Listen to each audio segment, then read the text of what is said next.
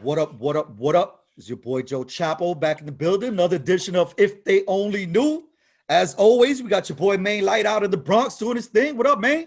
New York, stand up. You already know. You see the Yankee fittest, man. We in here. And it's the New York edition, you dig? You see us. You see us, man. And I'll be out in New York next week and shit. Even though this probably drop after I'm already out there and shit, but I'm out there right now, yo.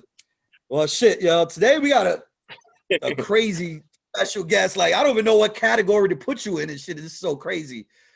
Shit, yo. He's a legend in the making right now. Put it like that. Go on and introduce yourself, man. Yeah, it's your boy Smart, out of Harlem, New York. The real Wakanda, you know what I'm saying? Where everybody on Linux is like Black Panther, you know what I mean? And I think the best way to describe me is Hall of Fame, like you said, legend in the making, living legend, and the things that we're working on and the things that we're gonna accomplish has never been done before, and that's been the focus. To be a one of one. So let's start from the beginning on this, yo. Like, I don't even want to tell them what it's about yet. I want them to be surprised on this shit, yo. So tell me a little bit about yourself, where you from, and how you came up, man. Wow, man, it was tough, man. From New York, and my mother was a drug addict. Never knew my father. Bounced around in the system. Group homes, shelters, juvie. The early beginning was very rough, and it was a lot of me just fighting for survival. It was a lot of me just trying to figure out, like, yo, how to survive, how to stay alive, how to not die, because there was times when my moms would like leave me alone with like strangers, and I'm not their child. They don't give a fuck about me, and they would beat me up, leave me, lock me in closets, and I would have to try to figure out how to eat on a day-to-day basis. So I learned to eventually, break out of the closet. They had me locked in, sneak out the little crack house, and go to the supermarket and steal food. Till one day I got caught by the supermarket security, and then I got locked up, and then I ended up in like a little foster home kind of a situation. And just, I remember like my early childhood, bro, was just like really no hope. My mother was very man, she was an evil woman, and I remember telling me things like Santa Claus is not real. You're not gonna be shit. You going to jail. I just remember all these, I don't really have any good memories early on. But as I got older, I learned to put together the life that I wanted to live. If that makes sense. Like, you reach a certain age where your life is in your hands, and the things you do determines the outcome for yourself. You know what I mean? So so just, growing up in the ghetto, running around Harlem, running around New York, hustling, getting money, boosting, robbery, shootouts, just madness, man. And I don't say that to sound cool. I say that because I was a nerd at heart. I was a super smart kid.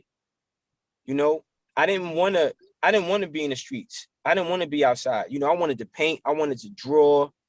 I wanted to write poems. I wanted to sing.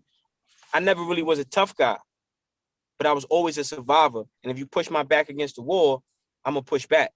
Just so happens a lot of times when I push back, my push was a lot harder than the motherfucker pushing. So. That's, yo. That was the beginning. Yo, that just All right, sounds so. Yo, that just sounds so New York, man. Like, this story just sounds like all of us in New York, man. Like, you know what I mean? Right. Yeah. Right. We talking about, I was in Covenant House. Covenant House is it's a kids and adult shelter in Times Square. So I was in Covenant House. I was in Daytop, drug programs. I was in Aurora House. I was in Geller House in Staten Island, which was a group home. I was in Horizons, which is in the Bronx. I was in Crossroads, which was in Brooklyn. Before I went to Tryon and Harlem Valley, I was in Pyramid, which is also in the Bronx, and that's like in the jail they send you before they send you upstate as a minor. You know, you know, shit. Man, I didn't seen it all. Young, you know. What was that like? So What was that like as far as that that I don't want to say jail because you're saying is more of a group home. So is it like a group home slash like a Spofford type thing? Like, yeah, to be honest, because I've been to prison too. To be honest, you know, the group homes and the juvie was way worse than prison. Kids was vicious. damn. Kid, we was we was I know vicious, bro. Spofford was violent, but shit Nah, before you listen. telling me the Joe, don't mean to cut you off. I was in Beach House. That's in the Bronx. And it's similar, and like he said, nigga, that shit. I'd rather be back in Spofford, nigga. Like, facts, man. Them shits was brutal. Them shits was brutal. So like, but also, I mean, you know, see, but Rikers Island, you know, so Spofford, I wasn't, when I went to Spofford, I wasn't even supposed to go to Spofford because I was too young, but I was vicious. So they put me with the older kids. Like when they read my, like my they called it the jacket. Like my jacket, like I was knocking niggas out. I was beating niggas up. I broke a kid eye socket. I grabbed the kid, banged his head against the wall, knocked out his top row of teeth. So I had a serious history of violence. So they put me in Spofford when I was like 11 years old. I wasn't supposed to be on it. And Spofford was also called the Barge, which was a boat by Rikers Island. It was a boat, big ass stupid boat. And you go there, they got the core craft and shit like that. So that shit was crazy. I was fucking terrified. You know what I'm saying? And I was there for like 2 weeks. But when they found out how young I was, they got me out of there because I guess if anything, thank God nothing happened to me. But if something would have happened to me, that shit would have been a big fucking lawsuit. I'm 11 years old with kids 15, 16, 17, 18. I wasn't supposed to be there. So that was just like the jungle. And then when I got out of Spofford, I went to C74. And that shit was like, oh my God, like, you know, that's when I became an animal because they called us animal lessons. That's what they called us. They called us animal lessons. And, you know, we beating niggas up for the chair, making niggas do the Macarena, giving niggas wrist shots, putting pouring piss on niggas. Like, this shit was crazy. You know, so that experience. So let me ask you a question. Do you feel like the group homes and Spofford and all that was just preparing you to go to prison? Yeah, of course, but in a fucked up way. Because like when you go to Rikers Island, if you ain't tough, you ain't never going back there. You ain't never going back to jail. You know what I'm saying? Because I remember kids, I didn't experience that, but I was the one doing it to them. So I could imagine somebody putting soap in a sock and smacking me in the head till I bleed.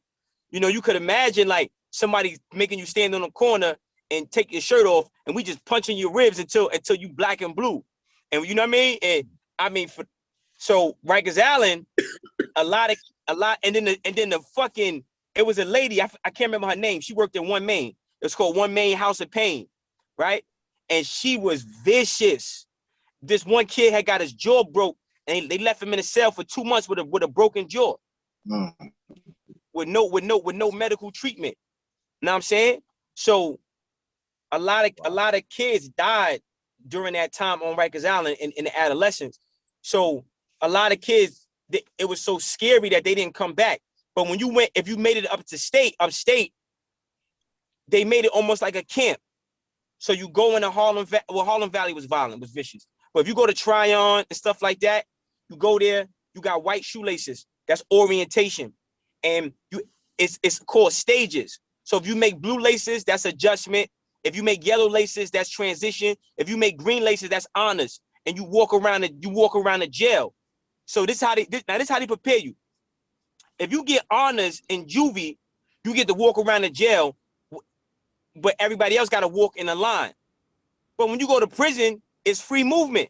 So all they did was they made you think it's a privilege. But when you go to prison, that's just your daily function. But they had video games there. They had PlayStation. They had Dreamcast. You know, every weekend we go to the game room, and so they made jail seem like it was like a camp.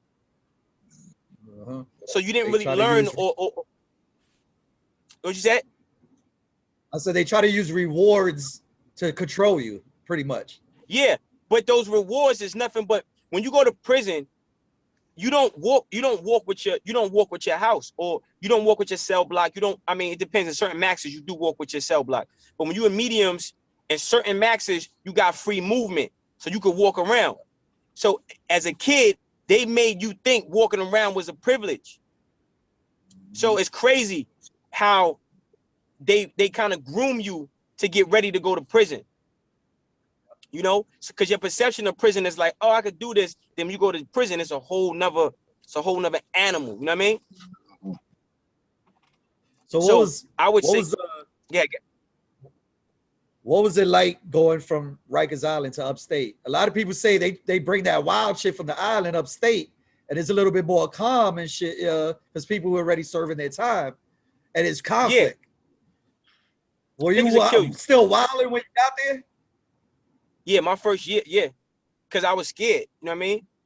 So like, all right, let me tell you, niggas that be tough on Rikers Island, they go to prison, and it be different. It's weird, you know. And the reason why prison is more calm is because it's more adults there. It's grown men. Niggas is bidding, they doing time, and motherfuckers will kill you. All that other shit don't mean nothing. Everything is about respect. A nigga will kill you. If you too wild and crazy, nigga, you'll come up missing, you know? But for me, when I went into prison, I was so afraid to get cut, and I was afraid to get raped because I was skinny and I was young, you know, always had a young face. So I thought I was like a pretty boy. So I said, nigga not putting no dick in my butt, B. Fuck all that. And the first nigga that even think it's like that, I'm cutting them. So my first week in jail, I cut like 5 people. You know what I'm saying? So I caught new charges. You know what I'm saying? So then I went to the box. I did like my first box bid. I did like 7 months in the box. And when I came out the box, that's when I became more calm, because I had bunkies to tell me, you know, what jail was. It's not like the movies, you know? Because I thought, I'm like, nigga, first nigga think it's sweet. Because, you know, I'm thinking like, it's how it is. Like, but that part is true. You got to make an example. If the first nigga come at you crazy and you don't do nothing, niggas is grabbing in your butt. Niggas is trying to run trains on you. That shit ain't no joke. So you got to really be prepared to take it to the next level. And I was. So I ain't had no problems. But when I went to Southport box and I seen how the box was, bro, that shit was whack, bro. Like, all right. So you got a bunkie, right? My first bunkie was like a weird homo nigga. So I beat that nigga up. I packed him up immediately. So my first bunkie only lasted 2 days. He was doing some wild mo shit. You know what I'm saying? Like trying to beat his dick in the middle of the night. Like weird shit. Word. And mind you, the box cell, the Southport, the box cell is like mad small. So it be mad gay shit going on in that shit. I ain't with none of that. So I washed that nigga up. I had to get a new bunkie. And I told the CO, I said, yo, don't put no faggots in here with me. Wait, like, cause you know, they do that in certain jails. Like when you young, they be violating these young boys, man. So I told them, I don't give a fuck, I'm not having it. So I got an OG. I got an older nigga come myself. Then we got cool. And he told me, he said, listen, young blood, you know, you gotta calm down. And we got a vibe. We got cool. We got along. So it's three outlets in the wall. It's the TV station, it's the hip hop station, and it's the rock station for the box. And you got to go 30 days without no tickets. Don't get caught smoking. Don't beat up your bunkie. Don't try to commit suicide. If you stay out of trouble for 30 days in the box, they give you headphones.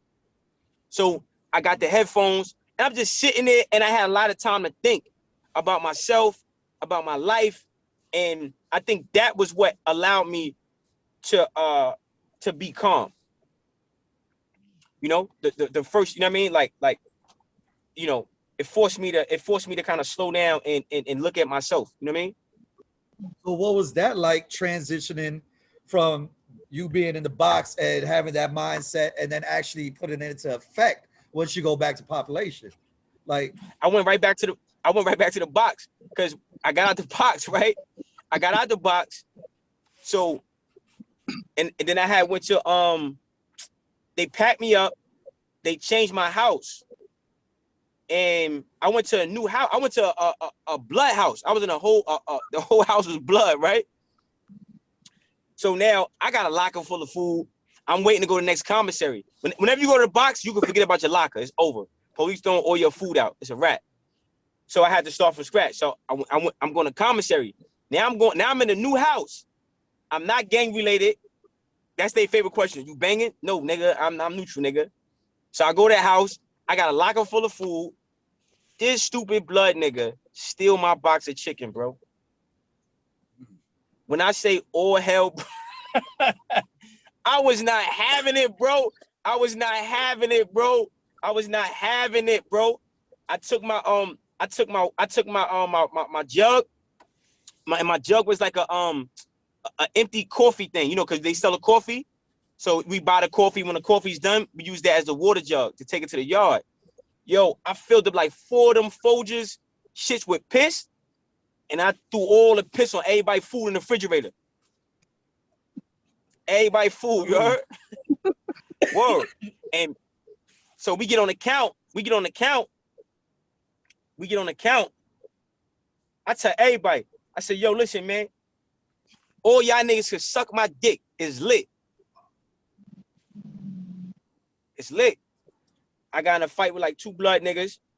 I cut one of them niggas. Nigga tried to cut me. He cut my hand bad. And I went right back to the box. Now, when I went back to the box, that second time, that's when I changed my life. Because I went back to the box on some bullshit.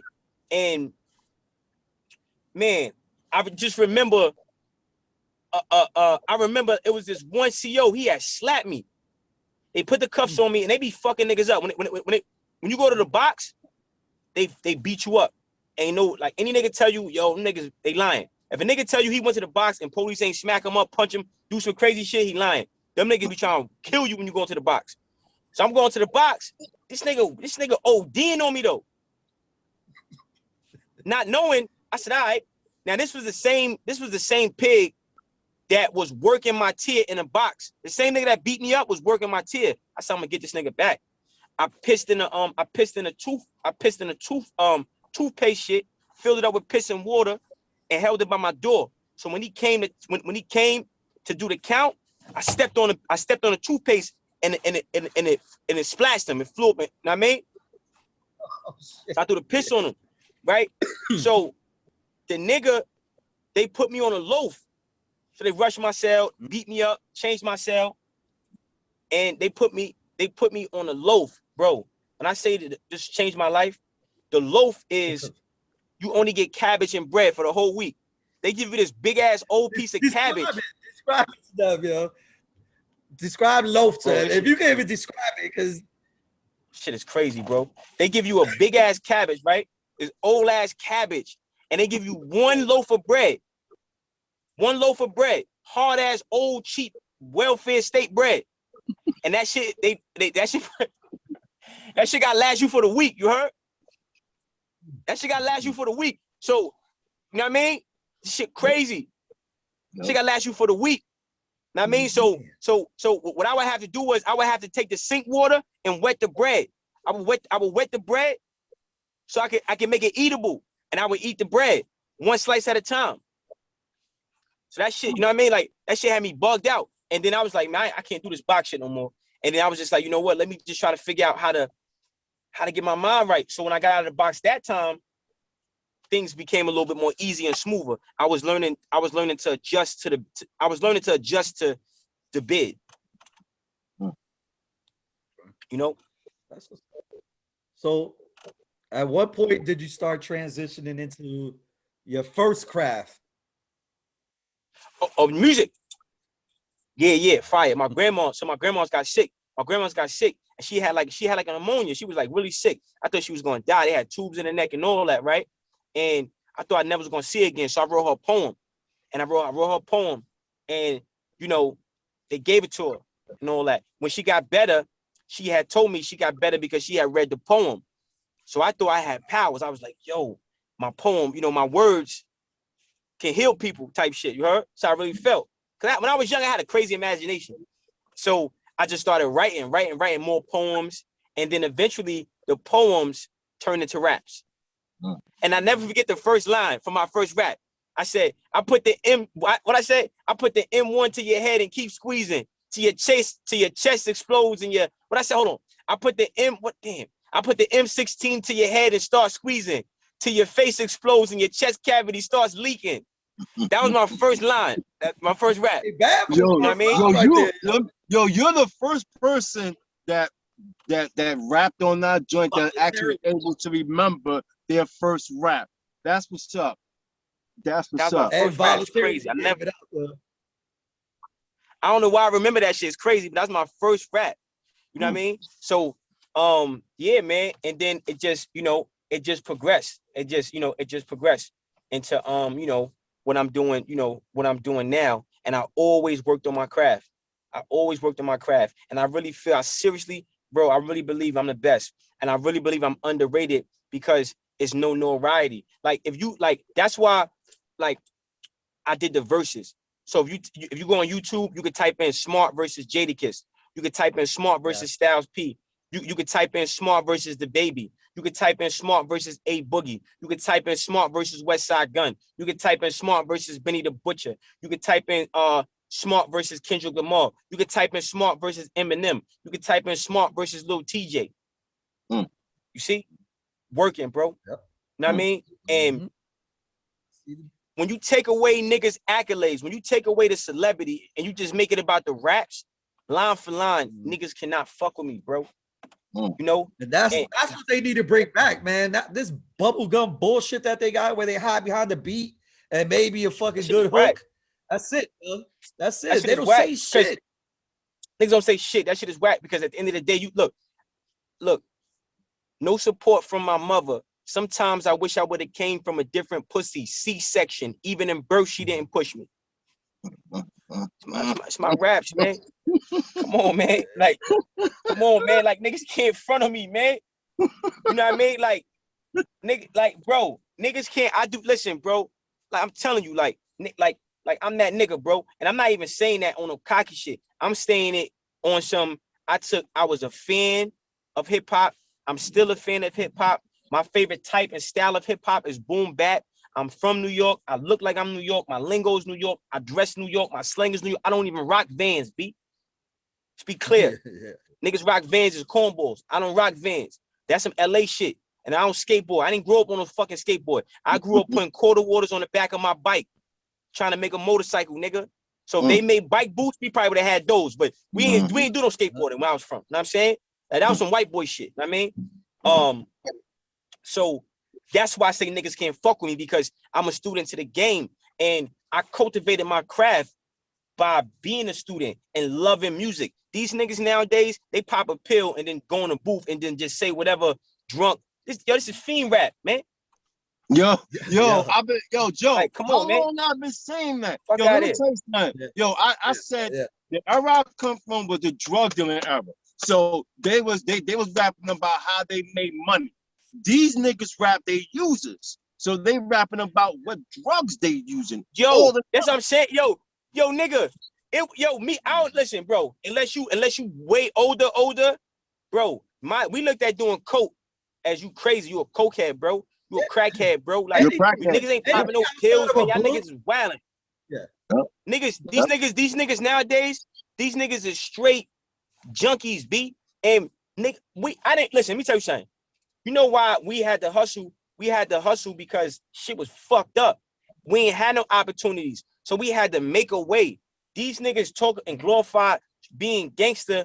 Bro, let me tell you something. Being gangster is getting a job. And you talking to somebody who been in prison. I've been stabbed in prison. And I didn't tell you, the third time I went to the box because niggas stabbed me up, tried to kill me. And I went to the box for not reporting my injuries.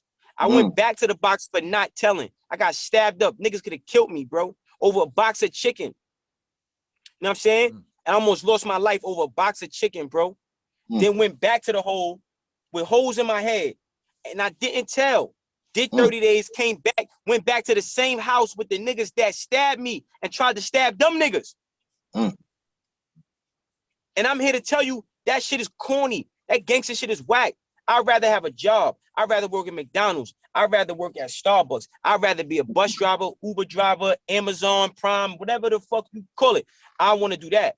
So these niggas out here talking about this gang shit. Fuck out of here. That shit is whack, bro. And y'all niggas is gang banging, but got mommies and daddies in the house. Y'all niggas talking this, yo, I'm in the field. And you got mothers and fathers in the house that take care of you. That's good. You come from good family. Y'all niggas talk, y'all niggas wearing some type of persona that's only gonna create destruction in your life.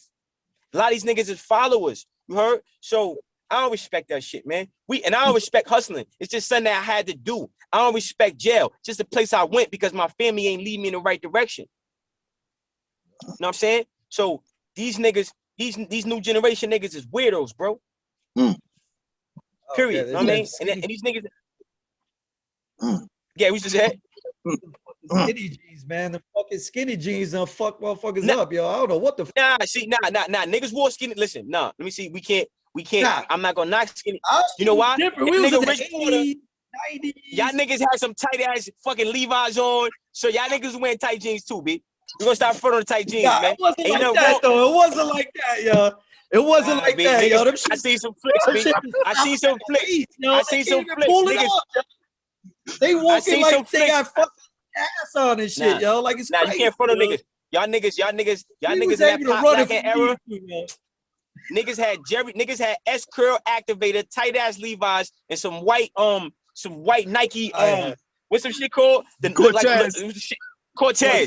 Fuck out of here. Them with the jeans fitting the jeans fitting the sock. Come on, bro. We not that old, yo. We not that old, yo. We not that bro. Fucking old.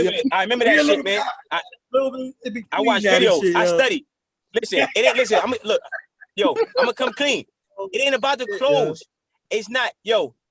It ain't about the clothes. It's the agenda of male emasculation that's being projected through the fashion that makes that, you know, that they wear those fitted clothes in a way that's feminine and not masculine. They wear man purses and shit like that. We ain't wear, when we carry guns on our hip. Or if a nigga was really like that, he had a holster. He bought a holster. Yep. These niggas be putting guns in purses. Like, y'all niggas is weirdos, bro. Yeah, like we wasn't, you know, but I'll say this. Every generation needs a group of leadership, needs a group of people to set the tone. See, white motherfuckers, the government, the CIA, the feds, they realize that hip hop influences the minds of black men in the ghetto. So they stopped that. Everybody wanted to be like Jay-Z. You know, Jay-Z came out with Reasonable Doubt. He was talking about hustling, getting money. 50 Cent, get rich or die trying. White people in the government, we talking about systematic racism.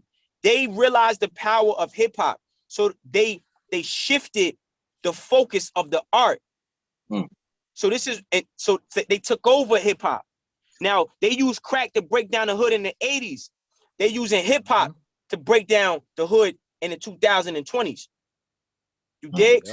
So it's not these, you know, it's not these kids' fault.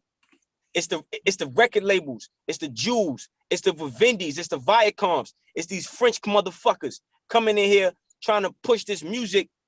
They trying to push that agenda of prescription drug usage, of violence and drill. Fuck out of here. That shit ain't hip hop. Hip hop supposed to bring people together. You don't listen. When you go to a fucking, I hate white people, bro. I hate them, bro. When you go to a white party, right? You don't got to worry about no gunshots. You go to a black party, you got to worry about gunshots. Why? Because the music is demonic. You feel me? Back in the day, you go to a cookout, they playing, oh shit. You know what I mean? It's cold outside. ABC, easy as one. It's electric. Boogie, woogie, woogie, woogie. It's electric. Boogie, woogie, woogie. It's electric. Boogie, woogie. Like niggas had music that brung people together. Once white people that's trying to kill, once some niggas realized what that shit was, they said, nah, we don't want no more Curtis Mayfield and Jackson 5 at the cookouts. We want Chief Keef and Bang Bang, Kill at the cookout. So that energy can be around. We gotta get smart with our art. You heard? We gotta get smart with our art. and we got to get back on our ownership game, and we got to stop letting hip hop die. And we got to salute brothers like me that make the type of music that I make, but also have the spirit. You know why I'm not as big as Drake, and I never will be? Because I'm not going to sell my soul. You know why I'm not as big as Little Baby and Young Thug? I'm not going to sell my soul. I'm not going to throw up signs that represent Satanism and Satan worship. I'm not going to make music that's from a frequency of a spirit. I'm not going to do that. I'm going to talk about God. I'm going to talk about overcoming your struggle. I'm going to rap in a way that's masculine. I'm going to rap in a way that I'm not bending over. This is anti-kiss the ring rap, nigga. We don't kiss rings. Fuck out of it, and fuck Nick Cannon. I don't fuck with Jewish people. Fuck Nick Cannon. They would have had to kick me out of the industry before I brung some Jew on to apologize. Fuck Jewish people. They want to say all this shit. Let me tell you something. Jewish people had a deal.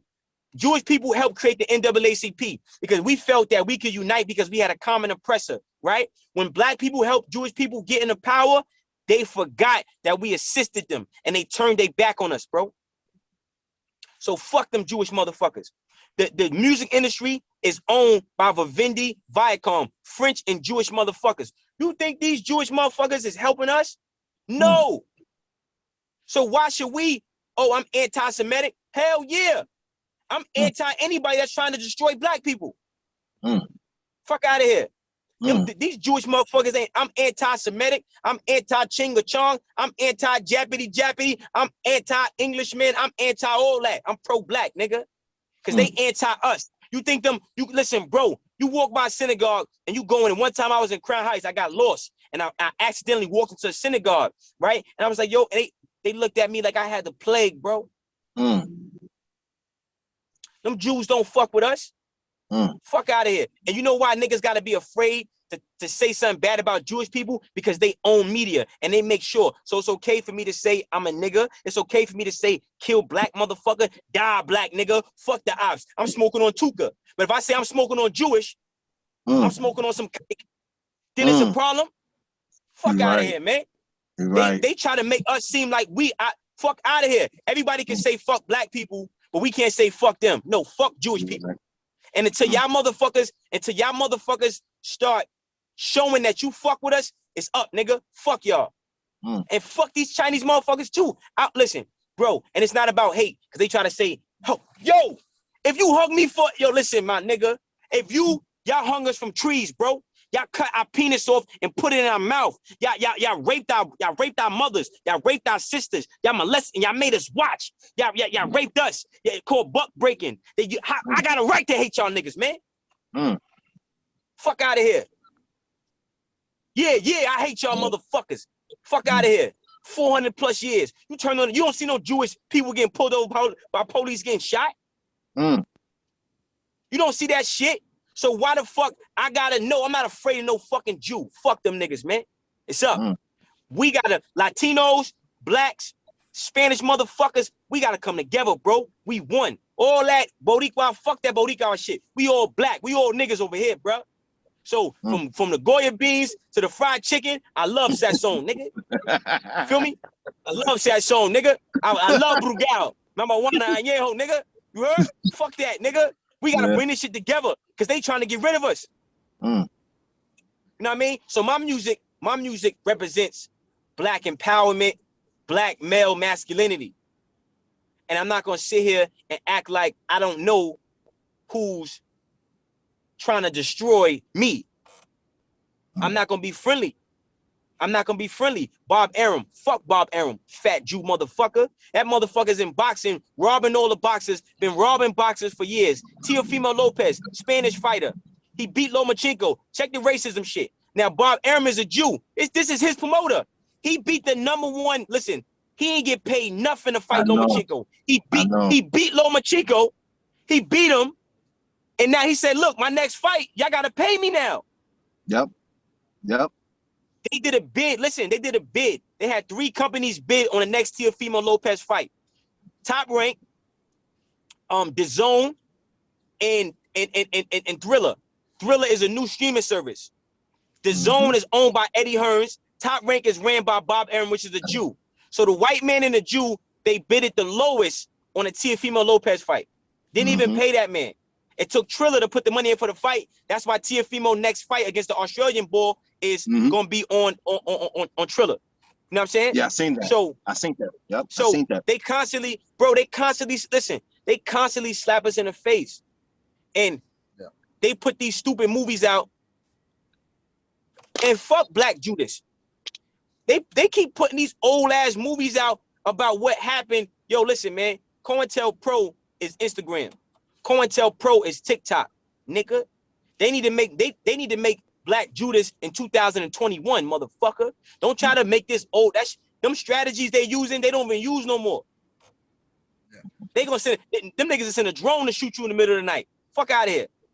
They contaminate your food. It's chemical warfare. It's so much shit going on. And they play these games with black people to try to keep us behind. Our history is not slaves. And black, there's no more martyrs. There's no more martyrs. God has already brung a vision to me. I know it's gonna be no more martyrs. So they try to keep putting that energy out for black men, for the next leaders to come to think like, oh, if I try to help my people, I'm gonna be killed. No, those brothers and sisters that died for us, we got all our Jesuses. Huey P. Newman was my Jesus. Fred Hampton was my Jesus. White man want to tell you Jesus died to some type of cross. Fuck out of here. Ain't no white man died for no nigga on no motherfucking cross before I was even a sperm in my daddy nutsack, nigga. Fuck out of here. I don't believe in that shit. Fred Hampton was my Jesus.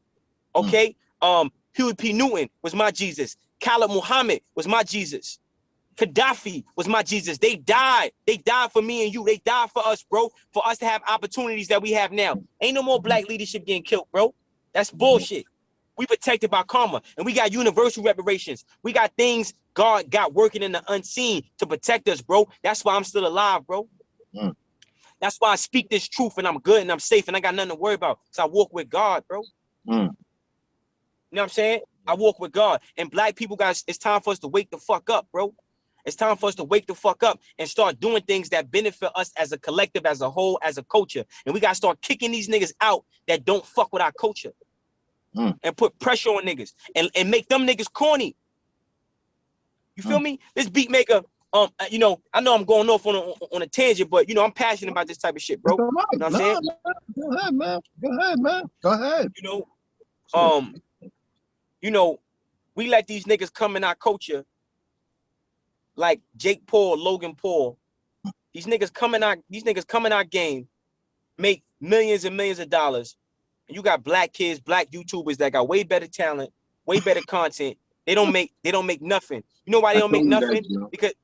Because they don't believe in the power of their vibration. Hold on, y'all. Yo, go grab 2 ribeye sticks. For me, I know how I am. Like real talk. If a motherfucker rape somebody in my family, I'm killing them. It ain't even nothing to discuss. Like it ain't even nothing to, you know what I mean? Like if a nigga tell me, yo, I can't eat and I'm just gonna die. What? Who you that's like a poodle telling a lion, get back. Yeah. You feel me? And I don't know, yo, like real talk. I don't know when black people became so passive, bro. Because in the 60s and the 70s, they wasn't having that shit, bro. They wasn't, and they try to downplay. Listen, a lot of black people, a lot of Spanish people have fought hard against racism and oppression. That's why we still here. We cannot act like these white motherfuckers ain't been trying to kill us for how long, bro? They try to kill us with, they try to kill us with swine flu. They try to kill us with HIV. They try to kill us with the Ebola virus. They try to kill us with every time you turn around.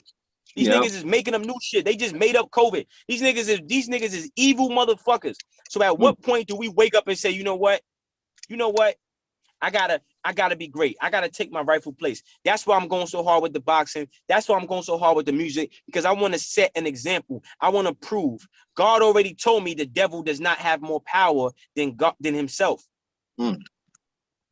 So I'm only gonna, my life, my existence, my journey, my legacy is gonna be proof that the word of God is true.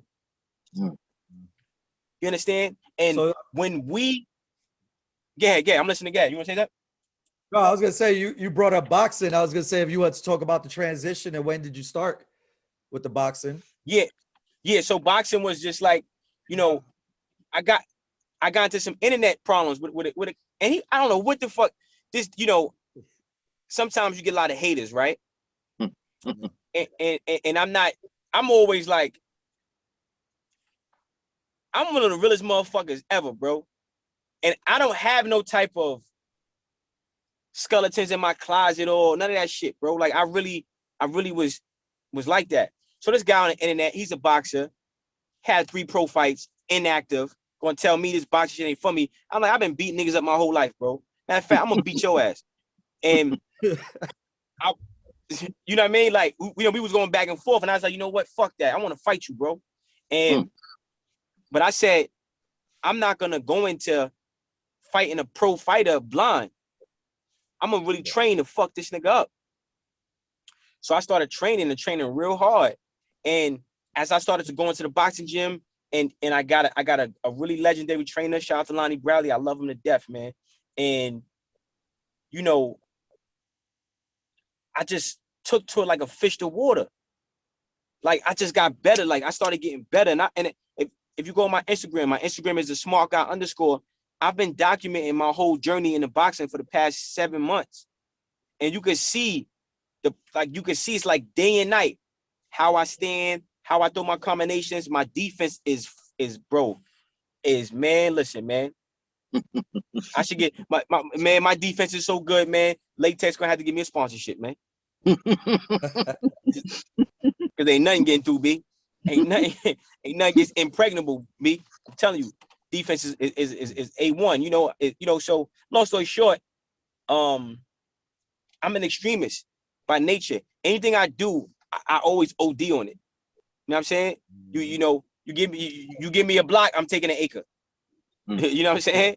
I'm one of them type of guys. Yeah. So the more I've been committed with the boxing, the more I've been just getting up every day watching footage, I've been progressing. And then now I'm having my first pro fight in June. Ooh. And I don't think this is ever, for real, I don't think this has ever been done before. I don't think nobody has ever had really no boxing background coming in this game this late and then turning pro and actually having a pro fight in the same year they decided to start seriously training. So that's something that we really pushing for, and we got no choice but to do it because it's legacy. Like that's something, and for me to do that and then win a world title.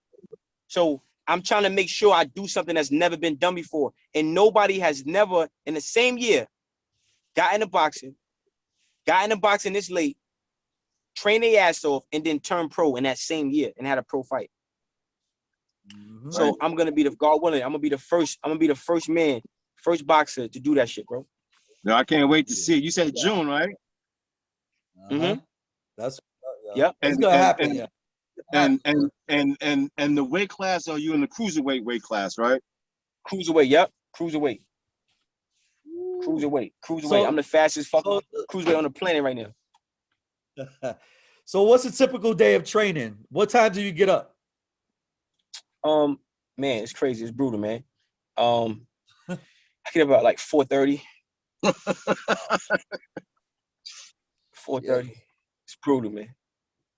Get up about 4:30. I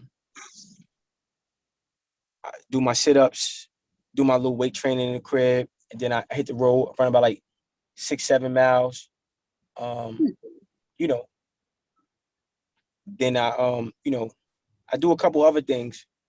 I can't let the whole recipe out. Yeah, of course not. It's a blueprint. But I go to the gym. I go to the gym 2 times a day. I'll say that. I go to the gym 2 times a day. And we're doing a lot of sparring and a lot of fundamentals. And one thing I would say is really just the commitment that's making a difference for me. And a lot of these boxers that's in the game, they take it for granted because they've been boxing since they was 4 years. They've been boxing since they were kids. So their dedication to the craft is not like it used to be. And that's why Floyd Mayweather says hard work and dedication, because like the hard work part of it is, you know, getting up in the morning to run miles in the cold is not an easy thing to do. Going to the gym, sparring, and a motherfucker hit you so hard, you feel like your jaw is loose for a week. Then you got to go and spar again. That shit is hard. Taking body shots, a motherfucker hit you in the floating rib, right? And you can't even lay on that side at night because it's sore. And you got to go back to the gym the next day and do it again. I mean, that's hard work. And then the discipline is, you know, when you want to eat this snack, you can't. When you wanna get some pussy, you can't because it's gonna weaken your legs. And you know you got tough sparring the next day. You know, it's boxing is a jealous sport, man. It takes up your whole fucking life. So you have to have discipline. You got to be dedicated. But it just so happens that I'm a dedicated and disciplined person by nature.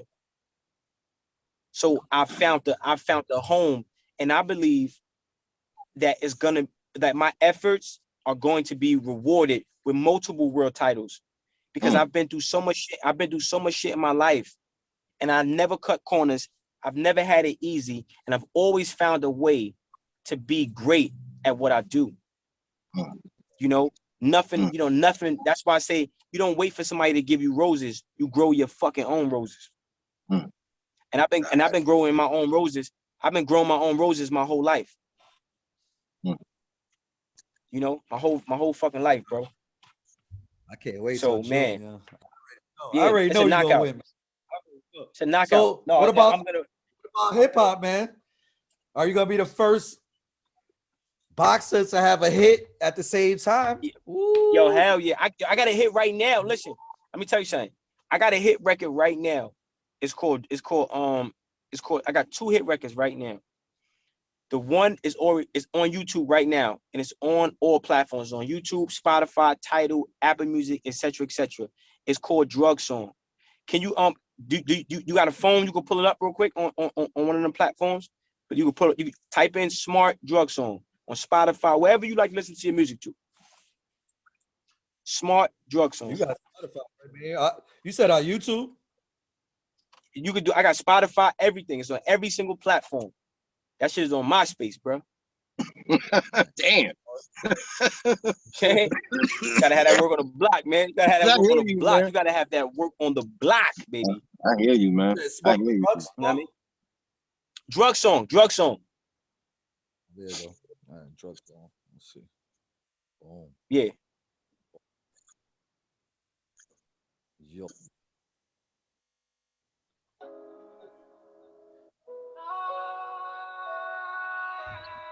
Can you hear it?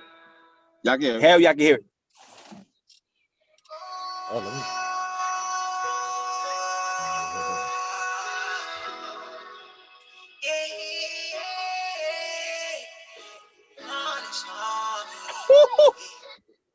Let me show the picture too, just in case.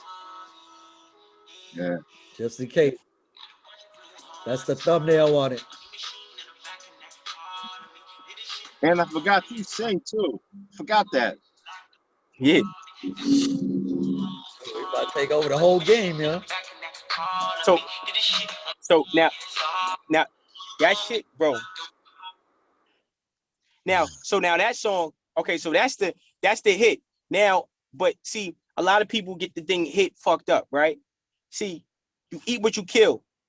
You gotta work the record. So there's things that go into making a hit record. So yes, you want to have something that's undeniable.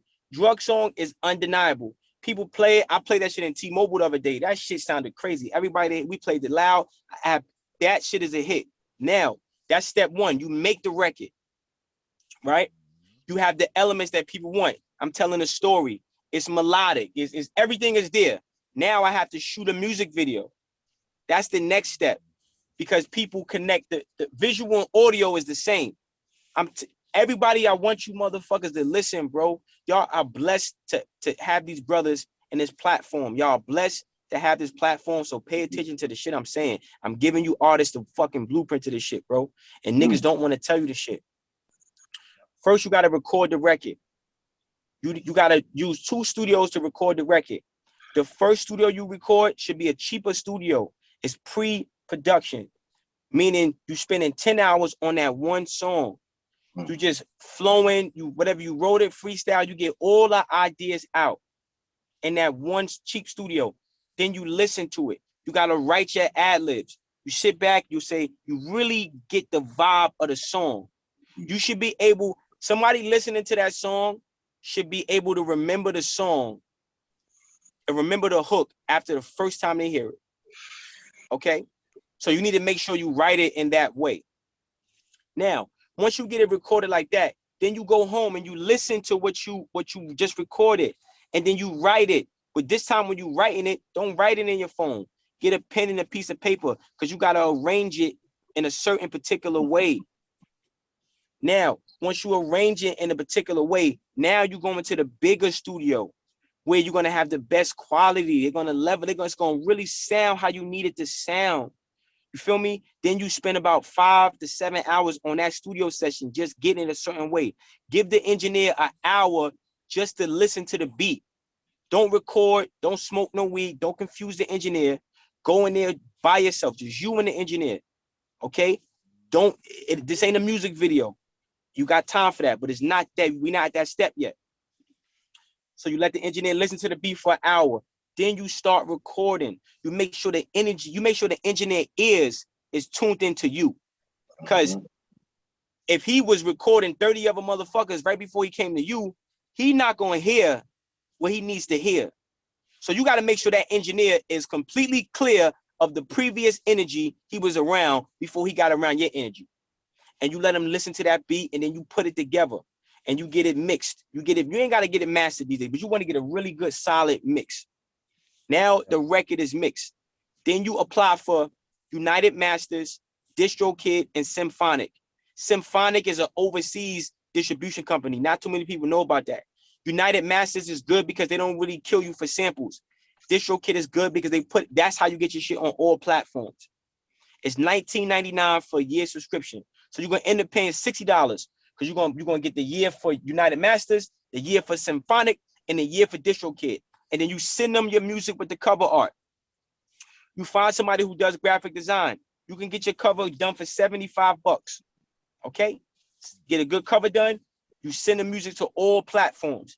Now that'll take you about a week. Now, after a week, your music is on all the platforms. Okay? Now, once that's done, now you gotta shoot a music video. You gotta shoot a music video. My nigga, if you a dollionaire, do not be trying to shoot in the Bugatti. Make the music video. The music should be relatable to your lifestyle. Don't try to, a hit record is just something that's relatable. A hit record is not even catchy, it's just relatable. And it gotta be relatable to you. You gotta keep it real with your motherfucking self in that booth. And when you keep the music real, you gotta make the video real. And people are gonna fuck with you. And then once the music video is done, you gotta make sure everybody that's within 5 hours of driving to you gets that link. That's called.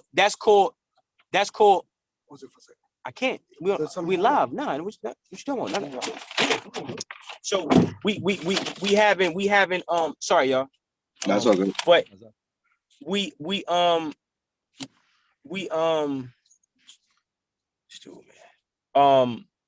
got to make sure everybody in your neighborhood hears the record. And you have to work the record. It takes time. Okay, it takes time, it takes effort, it takes groundwork, it takes foundation. Okay. What's my Rob, you were saying? No, they only got one joint. All right, so come on, you gonna stop my interview for some shit like that? You gotta work the record. That's the thing about it. You gotta work the record. If you're not working a record, it'll never go where it needs to be. And too many artists don't spend enough time working a record. Okay, working a record and being professional and not being afraid. Like y'all see me telling my manager, I'm telling him like, yo, bro, don't be coming here to my pause a video. Like y'all gotta have a plan and y'all gotta be professional. A lot of crews fall out because they don't even know what professionalism is. They don't know how to work a record. They don't know how to market. They don't know the role they're supposed to play. So a lot of talent gets lost. So I want my career to be an example for artists on how to be successful. And I always give the information. Because this game is all smoke and mirrors. You know what I'm saying, my nigga? Like, you be thinking a nigga got more money than he really got. And it ain't about no money. It's just about strategy. Yep. And how they apply that strategy to be successful. That's why we doing all these interviews. Because I got to tell my story. I got to get my story out there. Now I got 2 more people that know about Drug Zone. Now, whoever, you know what I mean? I got 2 more people. You know? We laying our foundation brick by brick. That's what we doing. You know what I'm saying? And don't be afraid.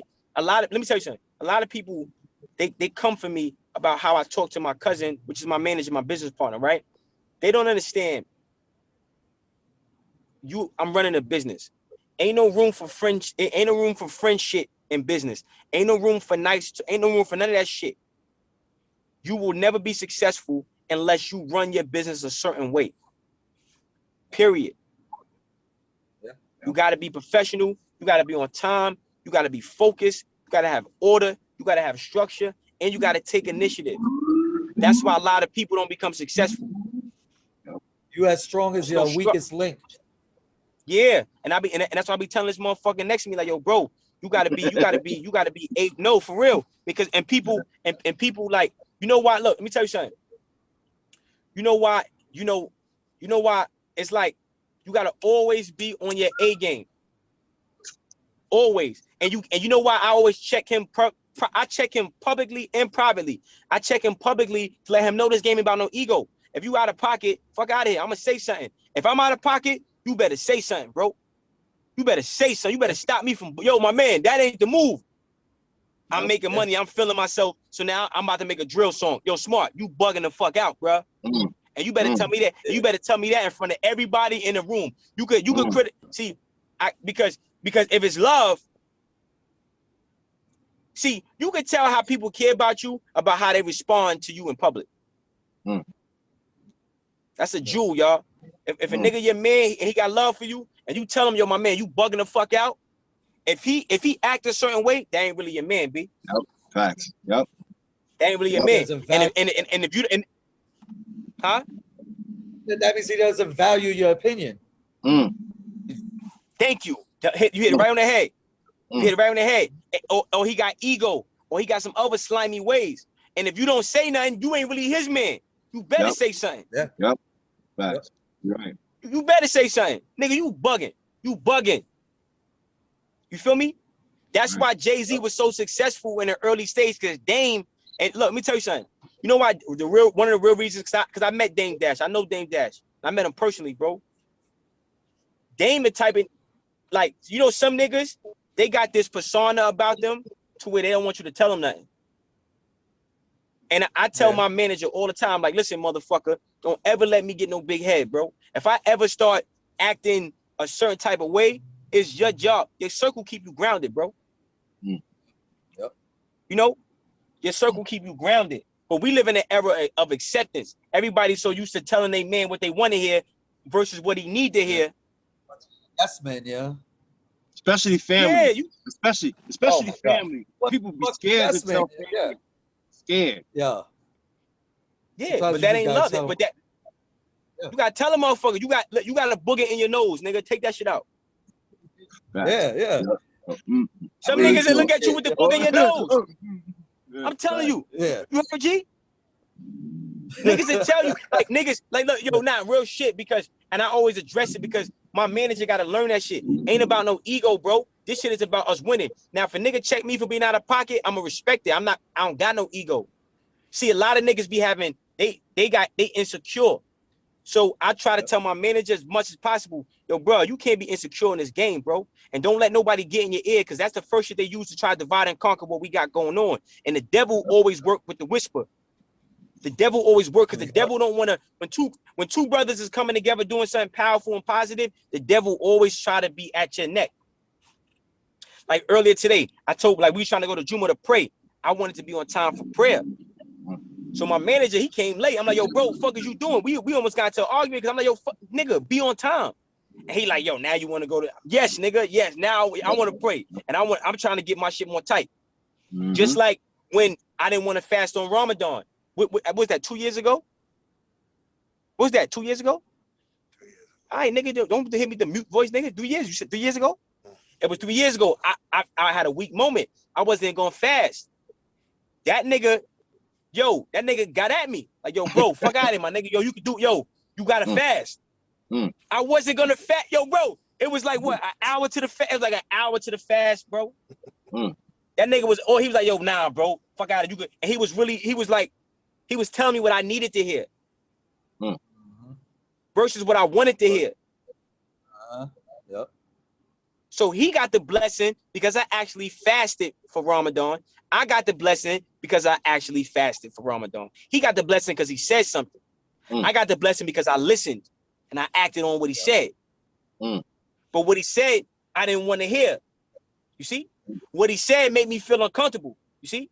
What he said made me say, "Get the fuck out of here." I wanted to say, I was not trying to fast. And I said, all right, fuck it. We had literally like 20, it was down to the wire. I never forget this. I went to the corner store. I got oatmeal and some water. And I said, fuck it. And we started to fast. So I'm saying that to say this. You got to always be in the vibration with your homies, with your brothers, with your business partner of, I'm telling you what you need to hear, bro. Not what you want to hear. Yeah. That's I'm saying? Facts, yeah. Facts, yeah. That's brother shit. That's love. That's family. You talk about bro, yo, you my bro. That's real bro shit. That's real family. That's real love, bro. Niggas gonna tell you, yeah, nigga. And I don't care who around, nigga. I don't care. Cause I'm not doing it. I'm telling you, nigga. Yo, right is right, yo. Right is right. Right is right, nigga. You a crackhead, nigga. I ain't go, yo, bro. We not sugarcoating nothing around here, B. And I tell him all the time, I don't want him to sugarcoat shit with me. I gotta make it happen this year. Enough is enough. This music gotta happen now. I gotta, yo, bro. You know how many interviews I did this week? I did about 5, bro. I gotta be on it, bro. You know, fuck that. I gotta be on it, bro. And it's the only way it's gonna happen. All right. I just had a meeting last night. We about to do a deal with a production company. So I'm about to do another production deal. I'm about to do a production deal with a big company to produce my next 5 projects.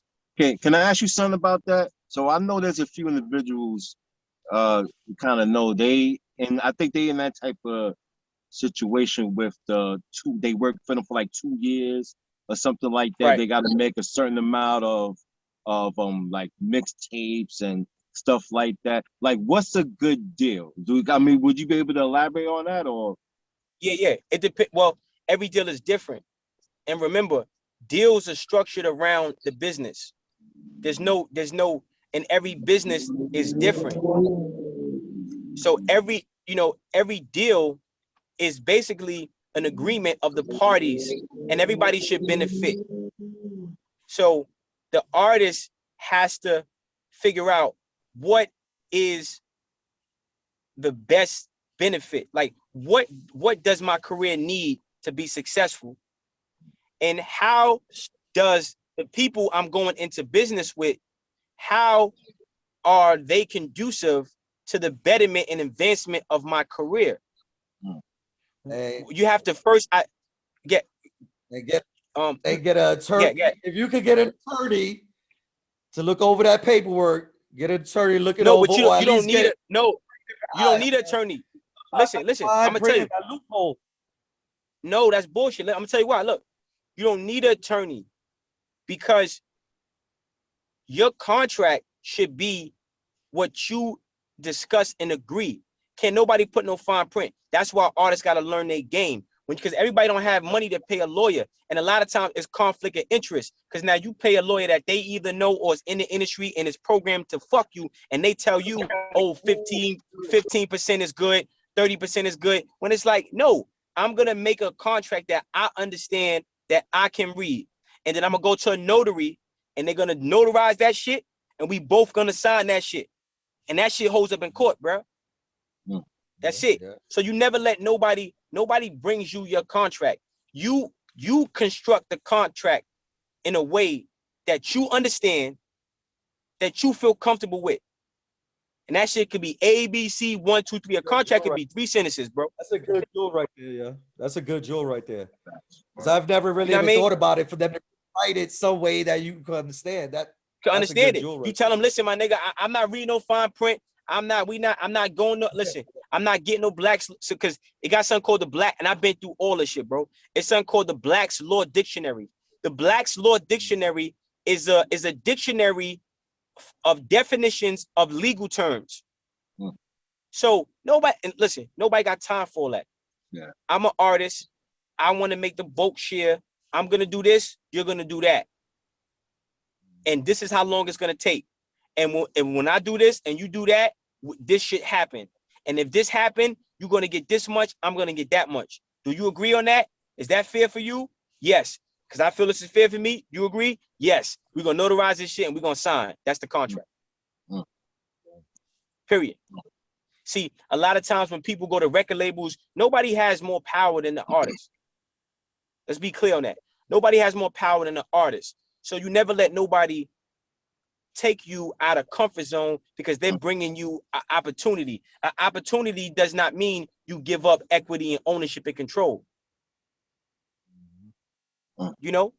So if you got somebody, you know, and if it's with a production company, all it means is you do a split sheet. If somebody's making a beat, you do a split sheet. So but you got to have your own publishing company set up. So as an artist, you got to register with BMI or ASCAP, get your publishing company set up, and you do a split sheet, which means the producer gets 50% and you get 50% of the record. You get 50% as the writer, the producer gets 50% as the beat maker, and then y'all got the splits. And then when y'all send it to the streaming company like DistroKid, they're gonna ask you for your tax ID number and all that. That's gonna be for your publisher so they can keep track of the payments.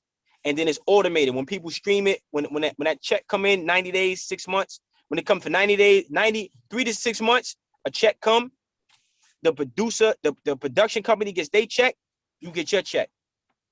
Mm. Mm. So it's no way for you to get fucked over. Mm. Yeah. That's the best way to do it. Yeah. Give me my shit direct. Yeah. Give me my shit right here. Facts. Yeah, facts. You know what I'm saying? Yeah. So you don't even need it, like real talk, like you don't even need a lawyer. And then now what you do is because at the end of the day, you paying somebody to do some shit you could do for yourself. Period. You only get a lawyer. You only get a lawyer when you ain't got the time to go through all the litigations yourself. Mm. And to be honest, you don't really got that much going on to where you need a lawyer. Not at that point, you know what I mean? I guess. Nah, hell no. That's why you got to study. Your publishing is yours. You don't need nobody. Yes, your publishing. You go figure out how to do publishing. Google how to own your publishing. Niggas got the same way you learn how to fucking talk and you learn how to curse and rap and how to fuck pussy. You learn how to put a condom on, right? You learn how to get a fucking publishing company, nigga. And if you can't learn how to do that on your own, then this shit ain't for you, my nigga. Right. You know what I'm saying? Period. Right. If you can tie your shoe, wipe your ass when you shit, and shake your dick when you piss, then you can own your own publishing company, nigga. You're right. Facts, though. You're right. You're right. That's learned behavior. That's all learned behavior. Say it again. That's a Jew. Learn behavior, motherfucker.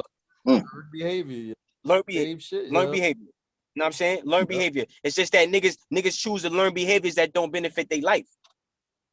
Yep. You know what I'm saying? Yep. Niggas choose to learn behaviors that nigga learn how to roll the blunt with his eyes closed. But you don't know how to fill out a job application. Nigga learn how to put bullets in a gun and shoot at somebody and take their fucking life. But you can't start a business. You can't start an LLC. Nigga learn how to wait on the line in the fucking cold for a pair of Jordans. But you won't start a company. You know what I'm saying? And this is shit I be telling my manager. Cause he older than me. So I be on that nigga neck all the time. My nigga, step it the fuck up. And what it means is it's all perception. Once he realized how I am and what I'm doing, it's just constant reinforcement. Yep. All the time, bro. Be on your fucking A game at all times. And if you always on your A game, a nigga got nothing to say. Yep. If you not on your A game, I'm always gonna say something because I want you to shine like I want to shine. My manager fly, bro. Like I ain't gonna for real. Like this, like I'm not you look at Cruz, right? and you look at an artist that's successful. Take any artist from New York, promise you. Look at his crew. They all bummy. They all got to rely on him for money. I made sure my manager learned certain skills. I made sure my manager knew how to sell and do certain things a certain way. So as we make money, he always know how to eat, bro. I'm rocking a Miri, my manager rocking a Miri.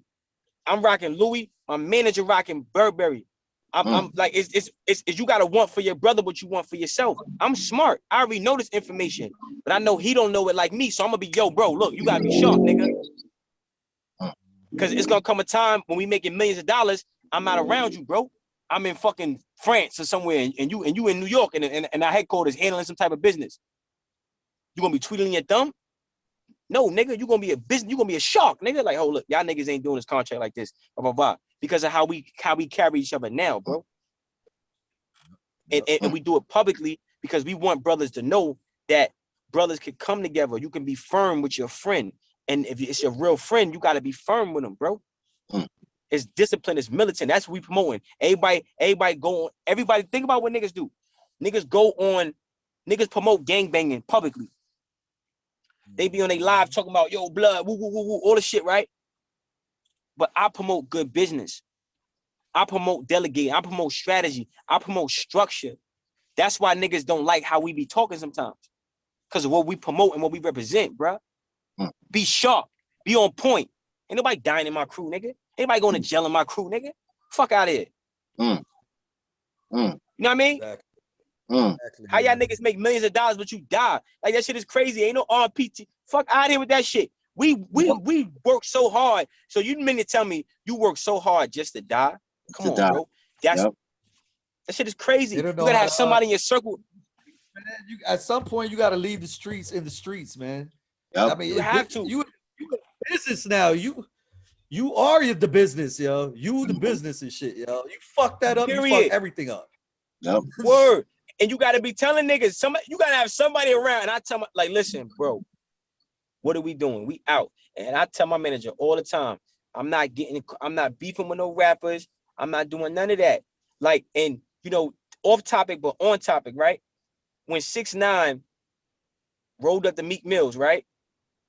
You know what Meek Mill should have did? He should just got in his car and drove away. Drove away. Yep. Don't feed into I'm a millionaire already. Yep. Like, nigga, you a snitch. He felt you got niggas on you. I'm not even arguing with you. I'm getting my car. You can say, yo, suck my dick. You can say, oh, I'm getting in the car. I'm driving away. He fell for I'm gonna order some. He fell for the okie doke, man. I'm gonna order some lamb chops. Listen. I'm gonna order some lamb chops. I'm gonna see what new movies is coming out on Netflix. And I'm gonna go to sleep with a smile on my face because I made it already. I won. You see, like a lot of niggas get it fucked up, right? Let me tell you something. That's why I told you that story of me going to jail. It's the highest level of gangster. It's two things. Whether you a blood, Crip, Latin King, Black, whatever. The two highest levels of gangster is a cold coffin and Southport box. Yep. Yeah, that's what you playing for. Those are the highest levels. Solitary confinement, because when you go to jail, you stabbing niggas, you cutting niggas, they're gonna put your ass in the box. They're gonna put you in the hole. Solitary confinement, 24-hour lockdown for life in the hole or dead, lifeless in a hole. Yep. Ultimately, both of them is boxes. Both of them is boxes. Just one you breathing in and one you not. Yep. Yeah. And I've been in the one that you breathe in. So I know, like, I ain't got shit. I'm good. I'm not a gangster. I'm an artist. Nigga, I watch anime, nigga. Fuck out of here. I watch cartoons sometimes, nigga. Fuck y'all niggas. I watch Dragon Ball Z. I watch One Punch Man, nigga. I just got finished watching Tom and Jerry. The new shit just came out. Oh, how is that joint fire? I'm about to watch it with the kids. So just aside. Yo, Mulan, yo, Mulan is fire too. You see Mulan? I gotta watch it. I started it, but I haven't finished it, yo. Mulan is. I'm talking about the movie Mulan, the new one. It's on Disney Plus. That shit fire. Yeah. I that keep shit fire. It, but I can't. Yo. Oh, you ain't see I'ma that? watch I ain't gonna tell you the end. I ain't gonna spoil it for you. I watched shit that fire. new Coming to America yesterday too, yo. That new Coming to America. That shit was it whack. alright. She was It whack, was right? alright. It was alright. It wasn't nowhere near the first one though, right? It wasn't nowhere near the first one, right? Nah. It wasn't like the first one, yeah. They used a lot of the first one in the second one, though. I give them props. They put it together well. They brought everybody back, yo. That's Everybody 30 that was in something the first years. That's 30 something Yeah, years. yeah. But But I feel like they it was didn't a have little no money. It was low budget, right? Was it low budget? I feel like it was low budget, right? There's a lot of shit in there. That shit in that, like, there's a lot of dancing and shit that shouldn't have been like. It was cool. It was cool. Don't get me wrong and shit, yo. But I felt like there was a little some stuff that should. What's the point in it? You know what I'm saying? What's the point, right? Shit is trash. And I was waiting for this That shit shit to is come out. I was waiting, man. It was alright though. It was cool. It was cool. I just see what I'm trying to think. I just seen a good. I just know funny shit. I just seen a good movie that was old that I didn't even think was. I'm trying to think. Damn, it's a kid. Yo, that Star Wars shit is good too on Disney. The series is pretty decent. Now I was actually watching that Wanda series. That was the WandaVision, the joint from Marvel. Oh, word, that shit fire. Yeah, that joint fire, man. I fucks with it, yo. You see what I'm saying? See, you should, like that's just shit I'm trying to do. Man. I'm not trying to dodge. I'm not trying to spin blocks and dodge ops. Nope. And, you know what I mean? Yeah. Nope. Been blocks and drive. I'm glad that you bring that up and you ain't afraid to talk on it and shit because people need to see that shit too, man. Like, it's not cool to be just chilling on the block for no reason, yo. What the fuck are you doing, yo? Yep. You know, eventually some shit is gonna pop off. What the fuck are you doing, yo? You know why? Because what it is a lot of these kids is lost. And see, let me tell you something. Look, when I was young, right? See, I had my own room. Before I had my own apartment, I had my own room, right? And I learned like it didn't cost much to fix your shit up. So what these kids spend on Balenciagas and all that, you could get your own room, you could lace it up nice. Like the reason why these kids is in the street because they ain't got a nice bed to lay on. They ain't got their own shit. So when you learn and you create a culture of getting your own shit and fixing your crib up, you ain't gonna want to some ribeye. Know what I'm saying? You know what I mean? Big ribeye steak. I'm about to go to the other supermarket uptown to get some more steak and lamb and other accessories. And I'm watching Coming to America tonight. You know what I'm saying? I was gonna watch. Damn, you made me forget. There's a movie I'm about to watch. I'm definitely watching Coming to America. So shout out to your co-host because he put me on. I ain't know it dropped yet. It's another movie I'm supposed to watch. I can't remember. It's another movie that came out today. I don't remember. It's another movie that came out today. Fatal. Fatal's fire. That's fire. That shit was crazy, yo. Yo, you see that shit? I did not see any of that shit coming. I predicted a little bit of it, but then I was like, oh shit. Yo, the elevator. I knew his man. I knew his man was trying to kill him though, because he was like, nobody, yo. I knew that right out the gate. I knew that right out the gate in the living room. Yeah. He was trying to, he was trying to get him to sell a company. So I was like, all right, this nigga guilty. But the whole spin, I ain't. Yeah, man. Come on, you ain't see Fatal? You ain't see that shit, bro? You gotta see Fatal.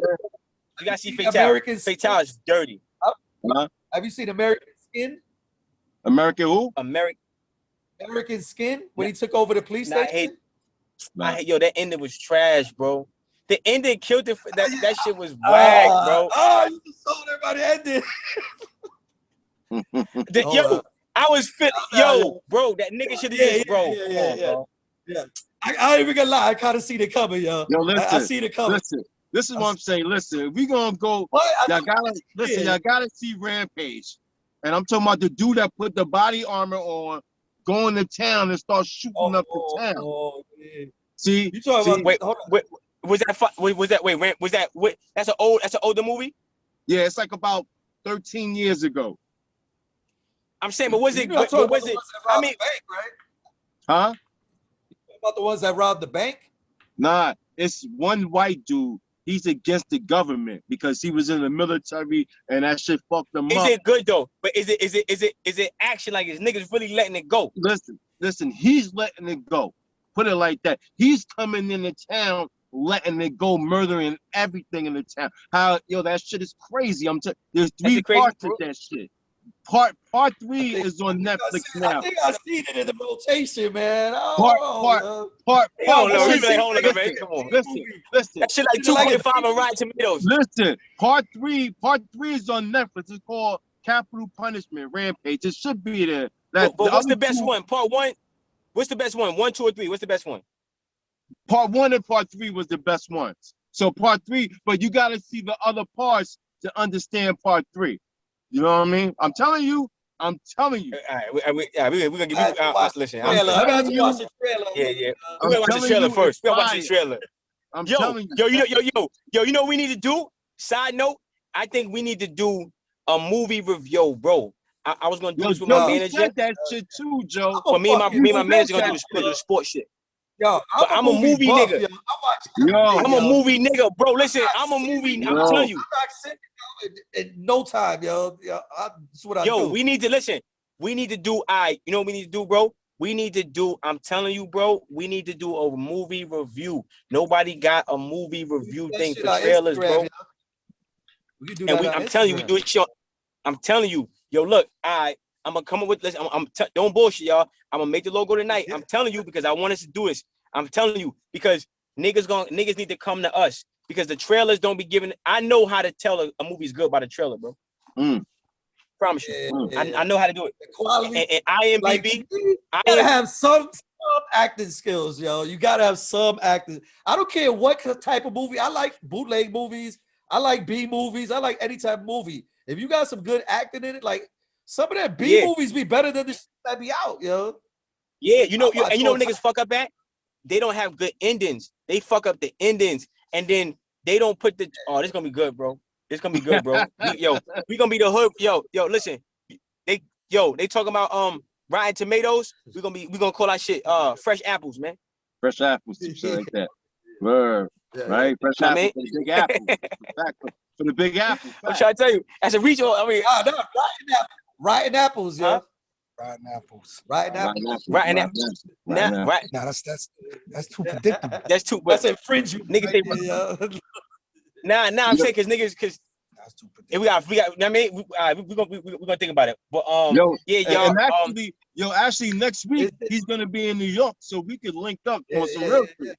You know what I'm saying? On some real on deck, man. Listen, bro. Listen, I'm here, man. You see the vibe. Hey, listen, we all in sync, bro. We all in sync, man. Come on, baby. Know what I'm saying? Man, come on. Know what I'm saying? I mean, yo, Rodriguez, Jeter, and Darryl Strawberry. You heard? All day. You know what I'm saying? They need to hook us up because it's in every video. It's in every video, man. Stop playing, yo. Yo, I got y'all niggas gave me. Wow. Y'all niggas gave me a crazy idea just now. Yeah. All right, yo, listen, listen, man, yo, I appreciate y'all. Yo, is there anything you working on? Anything you want to plug? Any Instagram, Facebook? Give a shout out.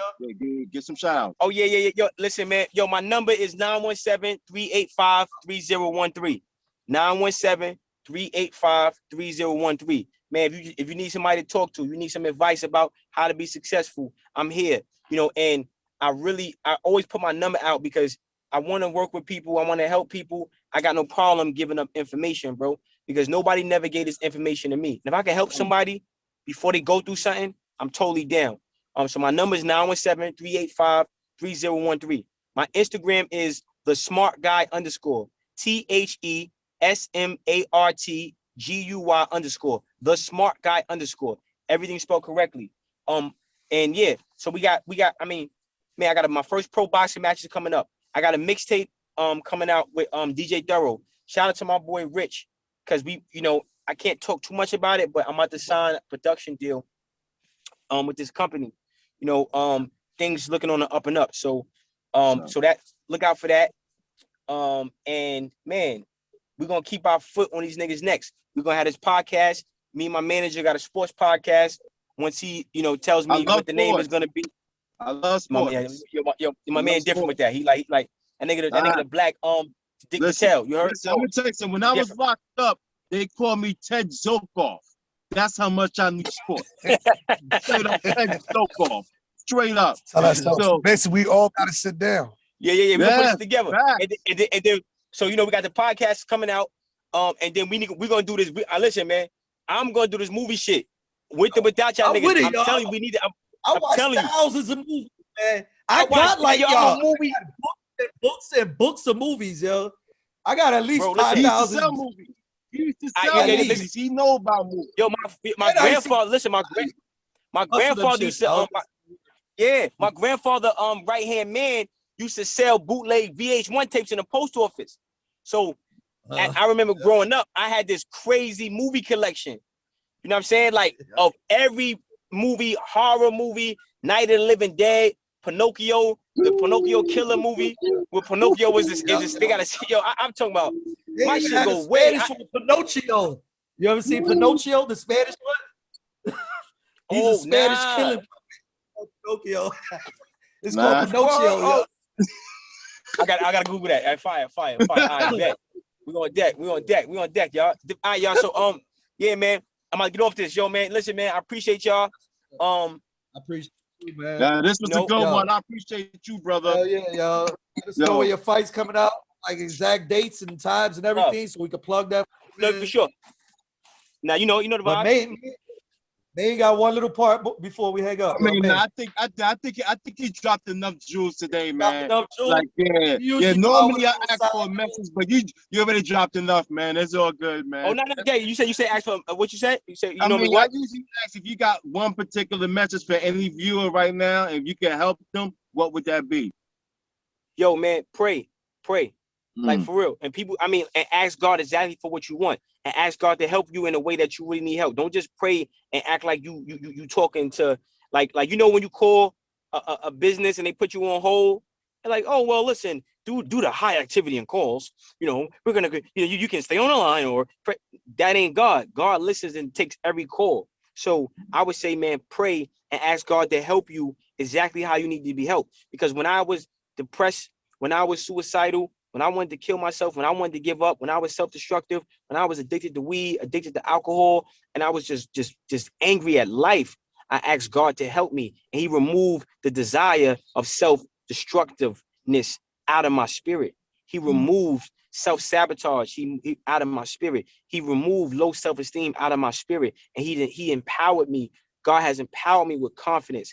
God has empowered me with determination. God has empowered me with discipline. God has empowered me with fearlessness. I don't fear the devil. I don't fear man. God has given me so much gifts, so much things because I asked for it. And only God has the power and ability to give, to give you what you're asking for. But you got to ask with a pure heart and ask with intention. So man, pray. And don't put your faith in man. Just because they not telling you you're great, God, you're already perfect. Don't wait for somebody to give you roses, because you get roses when you're sick or you're in the fucking funeral. So you grow your own roses and you take the petals off the roses you grow and you run a bath and you take a rose petal fucking bath and you enjoy and you basking and you bathe in your fucking greatness, because you are fucking amazing. You are worthy of loyalty. You are worthy of love. You deserve to be great. You deserve everything your heart desire. So I love you and love yourself. And the last thing I want to say, stop looking out the mirror. Stop looking out the window and start looking in the mirror. Stop looking out the window and start looking in the mirror, and you'll see how beautiful that reflection is. Oh, yeah.